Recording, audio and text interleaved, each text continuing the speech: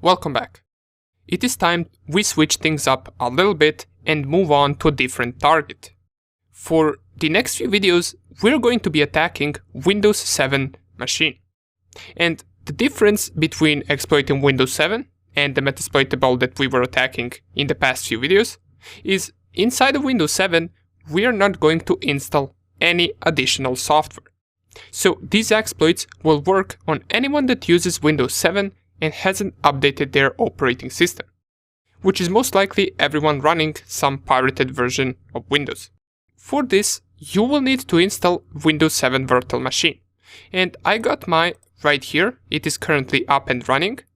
And you will need to install them inside of your VirtualBox first. You can take a look at YouTube how you can download Windows 7 ISO file, since the ISO file is something that you will need for the installation of VirtualBox Windows machine. And if you can, try to download the 64-bit version of Windows 7. Once you get the ISO file, the installation process is rather easy. Just go to the VirtualBox, then click on New right here. You can type in anything you want, you can call it Windows 7. You can select right here which version you got, either 32-bit or 64-bit. And once you select it, click on Next. Let me just see right here, cannot create. This folder already exists. Yeah, this folder already exists because I have already created the Windows 7 machine.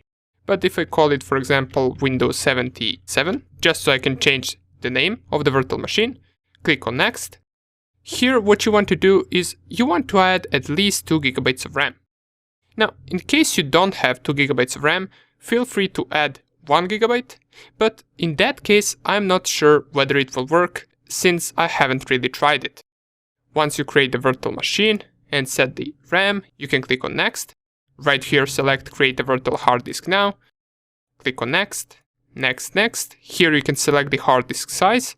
You don't need to go too much, you can just choose something like 20 to 30 GB, click on Create, and your virtual machine will be right here. Once you do all of that, there are just a few more settings that you need to set up. So just go right here onto the settings. And in the storage, you want to delete this empty right here. And under the controller, you want to add the Windows ISO file. So in my case, here is mine, Windows 7 Ultimate x64.iso. I would choose that one. And then I would proceed to the network settings and change from the NAT to the bridged adapter. Select your adapter right here and click on Create. After you do all of this, you can start your process of installing Windows 7. And the process is rather easy, as I already mentioned. However, there is one important step that we need to pay attention to. And I got the screenshot of that step right here on my desktop. As far as I remember, this step happens, I believe, at the very end of installation, and here it asks us, help protect your computer and improve Windows automatically. Here we want to select the last option, which is Ask Me Later. It says, for that option, until you decide your computer might be vulnerable to security threats. And by selecting this, we're simulating a vulnerable Windows 7 machine that wasn't regularly updated. Once you do all of this, you should be ready to go. The other steps of installation are not important, just remember, once you get to this step, select Ask Me Later. Okay, so right now I got both of these machines up and running. I got Kali Linux and Windows 7. And if I go to my VirtualBox right here, and besides this Windows 77 machine right here that I created right now, so I will just delete it since I don't really need 2 Windows 7 machines. Besides it, you will see I got these 2 Windows 7 machines. So I got Windows 7 32-bit and Windows 7 64-bit. And both are installed with a different ISO file. And the reason why I got 2 of them is just to show you that sometimes some of the exploits won't work. And that doesn't mean you didn't perform the exploit correctly. It's just that sometimes they just don't work. Whether it is due to architecture or some Windows update, it doesn't matter. Just you will see that, for example, some of the exploits will work on this version of Windows 7, but on this one, it will not work. Now, there is also one thing that we must do on the target machine before we actually attack it.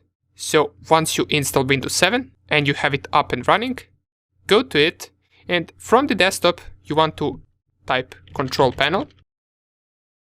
And in the Control Panel, we want to disable the firewall.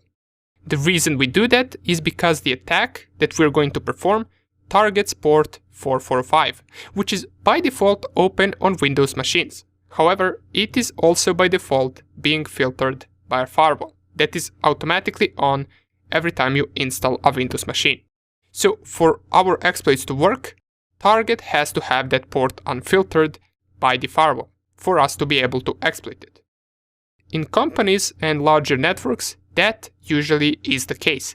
This port will be open and unfiltered. Why? Well, because it is SMB protocol or server message block protocol. It is used in network file sharing, and it allows applications on a computer to read and write to files and to request services from server programs in a computer network. It is basically used for different directory access or for printer access or something similar. That's why it is usually open inside companies without any firewall whatsoever. Let me show you what I mean. If I go right here and under the System and Security, I click on Windows Firewall. I already have it disabled, but by default you should have it like this. So you should have firewall up and running. If I leave the firewall up and running and I go to my Kali Linux machine and scan it real fast, so sudo nmap, we're going to use the synscan. In order for this to work, I need to know the IP address of my Windows 7 machine, so I will just type ipconfig inside of the command prompt and it will tell me it is 192.168.1.8. So if I go back and scan that IP address, input my password, this scan shouldn't take more than just a few seconds, and you will see right here that these ports are open. But for you, they will probably not be open. Why? Well, because you haven't really disabled the firewall yet. So even though I scan it right now once again, while the firewall is on, you can see in the scan results, ports are set to be open. What you are going to see, in case you haven't disabled the firewall already, is you will most likely see 1000 ports filtered. And to fix that, what you can do is go right here, click on Turn Windows Firewall on or off, then select right here Turn off Windows Firewall, and turn off Windows Firewall in the second option as well. Click on OK, and now the firewall is off. Now if you go and perform the scan once again, for me I will have the same results, but for you, you will have much more ports open. And I also get some ports open that weren't open once the firewall was enabled. Besides all of those ports, you should also see the port 139 being open and the port 445 being open. And those are SMB ports. So the key thing to get from this is go to the Windows and disable the firewall. Once again, Control Panel, System and Security, and then Windows Firewall. After you do all of that, you are ready to go. In the next video, we are going to see how to perform one of the most known recent exploits called Eternal Blue. See you in the next video.